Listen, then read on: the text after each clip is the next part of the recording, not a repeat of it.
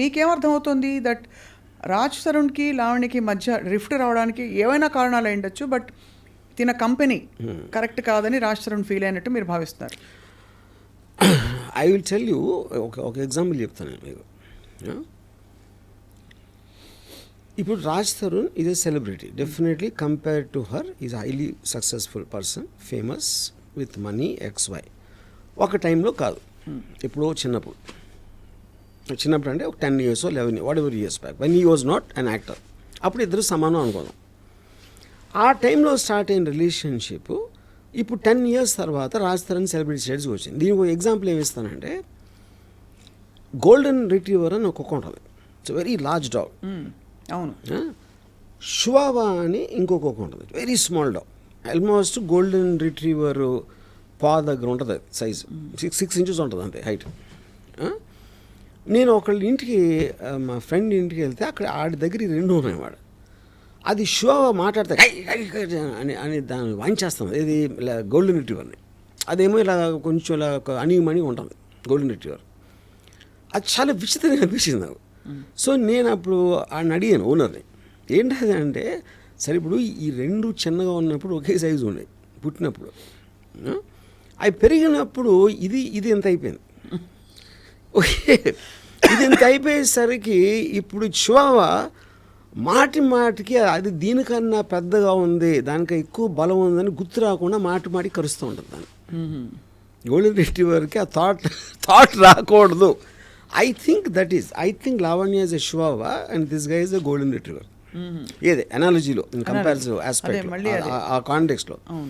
అప్పుడు మాటికి ఇప్పుడు ఏం చేస్తారంటే, ఆడవాళ్ళకు ఉన్న జనరల్ టెండెన్సీ కూడా, అంటే ఐఎమ్ నాట్ స్పెసిఫైయింగ్ ఎనీబడి, ఒక నేను తన ప్రియురాల్ని, నేను తన గర్ల్ ఫ్రెండ్, నేను తన భార్య అనే ఈ టైటిల్ ఎప్పుడైతే వచ్చిందో, they will start having a dominance on that person constantly, to make him feel guilty, to make him feel grateful, to make him feel నేను ఇంత ఇచ్చేసాను నీకోసం, అంత చేసాను అని ఆ గిల్ట్ తెప్పించడానికి ఆ ప్రాసెస్లో ఉంటారు. యూనో, అది ఒక పర్టిక్యులర్ టైంలో ఒక లిమిటింగ్ పాయింట్కి వస్తుంది, ఒక స్ట్రెచ్ అవుతుంది, ఒక లిమిట్ అక్కడ తిరుగుతుంది. సో ఇప్పుడు ఏ రోజైతే గోల్డెన్ రిట్రీవర్ సడన్గా అది ఒక బయటికి అయిపోయింది షో పని. సో ఇప్పుడు మీరు అదే ఆ సెన్స్ ఆఫ్ రైటియస్నెస్ తోటి నన్ను వదిలేసి ఇంకొక అమ్మాయి దగ్గరికి వెళ్ళాడు అంటే, she's trying to garner public sympathy, which is the reason మీడియాకి రావటం, పోలీస్ కంప్లైంట్ చేయడం అనేది అది పాయింట్. దెన్ ఇంకా లీగల్గా ఒకవేళ ఛాన్స్ ఉంటే ఏదన్నా డబ్బులు. సో అండ్ వెన్ ఒకసారి మీరు ఆ రూట్లోకి వెళ్ళారంటే, దెన్ మీ కంట్రోల్ లేకుండానే స్పైరల్ అయిపోతూ ఉంటుంది. అదే అంటే మీరు అది పర్ఫెక్ట్గా చెప్పారు. ఎలా అయితే మీరు మాఫియా సినిమాలు తీశారు కాబట్టి అందులోకి వెళ్ళాక యాక్షన్ రియాక్షన్ ఉంటుంది, and self preservation. Correct. So ఈ రికార్డింగ్ లో కీప్ ఆన్ డెవలపింగ్, అది మీ కంట్రోల్ కూడా ఉంది ఇంకా స్క్రిప్ట్ దాని తర్వాత. అదే అంటిల్ కదా, కరెక్ట్. ఎందుకంటే ఈ క్వశ్చన్ అడిగినప్పుడు అమ్మాయి సైకో అని చిత్రీకరించే ప్రయత్నం చేశారు, అమ్మాయి క్యారెక్టర్ అసాసినేషన్ చేశారని అంటున్నారు. బట్ ఫ్రాంక్లీ తను ఎవిడెన్సెస్ బయట పెట్టడం, గొంతెత్తి ప్రశ్నించడం, ఇవన్నీ కూడా తన్ని సైకో అని చిత్రీకరించడానికి ఒక దారి తీసాయి.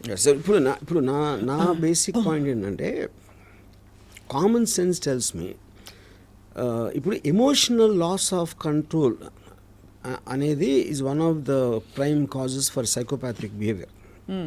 యూనో, ఇప్పుడు ఒక పర్టికులర్ టేప్లో అమ్మాయి ఉమ్ములూసి కొట్టేసి ఏదో లాంగ్వేజ్ మాట్లాడేసి దానికన్నా ఎక్కువ ఒక దెయ్యం పట్టినట్టుగా అరుస్తుంది. యూనో, నాకు ఫ్రాంక్గా నేను ఎగ్జార్సిస్ట్ సినిమా చూసినప్పుడు కూడా అంత భయపడాల, వాయిస్ నోట్ విన్నాక. అంటే that shows extraordinary absolute loss of control over your emotion or extraordinary acting to scare the other person. And you are saying no matter how much the other person would have hurt you or betrayed you, అలాంటి loss of control మనకు ఉండకూడదు అంటారు. అలా ఉంది అంటే psychopathic అంటారు. నేను చాలా మంది దెబ్బలాడుగా ఉంటారు. It's not like men and women fight and all that. కానీ the point in the creative, ఇప్పుడు when she talked about his mother or X or Y, I don't even want to say those things. You know, అలాంటి language, ఆ tone is also important. అవును. ఇప్పుడు ఒక అమ్మాయి add అవటం, లేకపోతే గబుక్కుని చెంప మీద కొట్టడం అవి కాదు. మొహం మీద ఉమ్ములూసేసి అలాంటి మాటలు మాట్లాడి కొట్టేసి అన్ని, I think that is a very bizarre behaviour. ఇంకా పిచ్చితనానికి మీనింగ్ ఏంటి? అది కూడా పిచ్చి కాకపోతే. కాబట్టి పరిస్థితులు ఎలా ఉన్నా మనం పిచ్చికి తెచ్చుకోకూడదు, మనం కంట్రోల్ కోల్పోకూడదు అంటున్నారు. సో దట్ ఇస్ అలా కోల్పోయామంటేనే పిచ్చి అని అర్థం. కాదు మీకు ఎమోషనల్ లాస్ ఆఫ్ కంట్రోల్. ఇప్పుడు ఎమోషన్స్ని కంట్రోల్ చేసి ఒక పద్ధతి ప్రకారం చేయటం అనేది which is generally known as civil behaviour.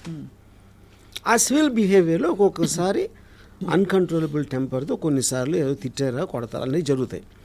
ఎక్స్ట్రీమ్కి వెళ్ళినప్పుడు సైకాటిక్ బిహేవియర్ అవుతుంది.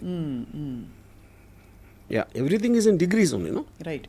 అది it could also be genetic కదా ఆర్జీవి గారు? నో బేబీ, అది I think she's clear cut case of histrionic personality disorder. మీరు దాంట్లో దానికి ఉన్న డెఫినేషన్ చూస్తే exactly it will suit her. She needs psychiatric treatment. Histrionic personality disorder అనేది మీ assessment based on what you have seen? Yeah, based on మీ talking to some experts in that. And yeah, so ఇప్పుడు ఈ రెండు కేసులు, ఒకటి drugs vertical ఉంది, రెండోది పర్సనల్ లైఫ్ వర్టికల్ ఉంది. ఈ రెండింటికి ముగింపు కార్డు ఎలా పడుతుందని మీ అభిప్రాయం? See, I don't think, first of all, legally they are related. Legally they are not related. They are not related. ఇక్కడ డ్రగ్స్ దాంట్లో ఇక్కడ త్రీ పాయింట్స్ ఉంటాయి. ఇప్పుడు యూజర్ వేరు, పెడ్లర్ వేరు. ఇంకొకళ్ళు you are influencing another person to do it. మీకు మీరు తీసుకుంటే you come under the user. మీరు దాన్ని బిజినెస్ చేసి అమ్మి డబ్బులు చేసుకున్నప్పుడు అది పెడ్లర్ కింద వస్తుంది. ఫెసిలిటేటర్ అంటే ఎవరు? నాకు తెలిసిన కాంటాక్ట్ ఇస్తాను, లేకపోతే నువ్వు డబ్బులు ఇస్తే నేను వాడికి ఇచ్చేసి తీసుకునేస్తాను, which means you're aiding the business in which way, even if you're not taking a personal gain. So ఈ మూడింటిని 3 డిఫరెంట్ కేటగిరీస్లో చూస్తారు లీగల్గా చూస్తే. సో ఈ అమ్మాయి దేంట్లో వస్తుందని ఆ డీటెయిల్ నాకు తెలియదు. Why she was there, maybe they wanted, తను ఎక్కడి నుంచి తీసుకొస్తుంది, ఆ కాంట్రాక్ట్ కావాలా, ఆ కాంట్రాక్ట్ దొరకలేదా, ఏదో whatever they reasons sir, I don't know. But for sure she's a facilitator. అది మాత్రం ఈ ఆవిడ వర్డ్స్లోనే ప్రూవ్ అవుతుంది. యూజర్ అండ్ ఫెసిలిటేటర్ అయితే ఉంది. Whether she is a peddler or not, I don't know. Yeah, so అది సెపరేట్ కేసు, సెపరేట్ ట్రాక్. అవును. ఇప్పుడు ఈ దీంట్లో రాజ్ తరుణ్ నన్ను మోసం చేశాడు, నన్ను పెళ్లి చేసుకుంటానని చెప్పాడు, లేకపోతే పెళ్లి చేసుకున్నాడు, లేకపోతే లివింగ్లో ఉన్నావు, దాని తర్వాత ఎవరో అమ్మాయితో వెళ్ళిపోయాడు అనేది, even that doesn't come under legal ఆస్పెక్ట్లో. బికాజ్ ఇప్పుడు even Supreme Court oldest section before this BNS act came in, adultery is not a crime, you know. So she's accusing him of adultery. That is not a crime. It's not a crime. That is not a crime.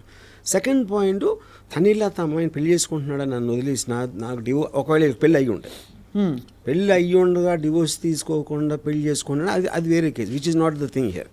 So అసలు నాకు రాజ్ తరుణ్ మీద exact case ఏంటి అనేది కూడా I'm not very sure.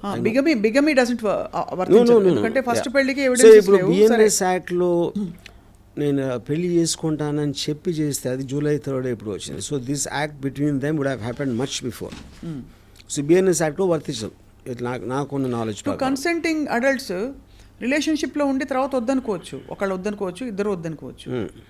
మరి అలాంటప్పుడు just because నేను అదే అండి, అది ఇప్పుడు అక్కడ ఒక ఈ ప్రాబ్లం ఏంటంటే, if you are having a physical relationship under the commitment of marriage, that comes under a breach of trust.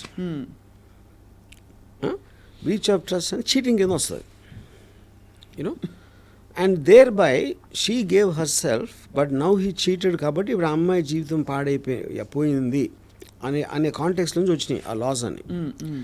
కానీ హ్యూమన్ రిలేషన్షిప్స్లో మీ ఎమోషన్స్ అని కాన్స్టెంట్గా మారుతూ ఉంటాయి. ఇవాళ నేను ఫీల్ అయ్యింది, రేపు ఫీల్ అవ్వకపోవచ్చు, అవును, ఇంకో మంత్ తర్వాత నేను ఫీల్ అవ్వకపోవచ్చు. అప్పుడు ఆ రోజు నువ్వు చేసావు కదా అంటే మీరు దానికి స్టిక్ అయి ఉండాలంటే nobody can survive. No, correct. Emotions are continuously changing. అప్పుడు ఆ రిస్క్ మీరు తీసుకోవాలి. అవును. So if you are saying అది చెప్పాడు కదా చేసేస్తాడు అనే దాంట్లో మీరు చేస్తే అతను నిజంగా ఇంటెన్షన్ అప్పుడు ఉండొచ్చు, తర్వాత మారిపోయి ఉండొచ్చు కదా. అవును, which we don't know. But అలా మారిపోతూ పోతే దానికి చట్టం, సమాజం పరిధి ఉండదు కదా. So where is a sanity in this whole thing? Okay, మనిషి స్వేచ్ఛ కావాలి, but I'm saying that is something when you cannot control, when you cannot అంటే ఇప్పుడు తప్ప ఉప్ప అని పక్కన పెడితే నాకు ఫీలింగ్ పోయింది.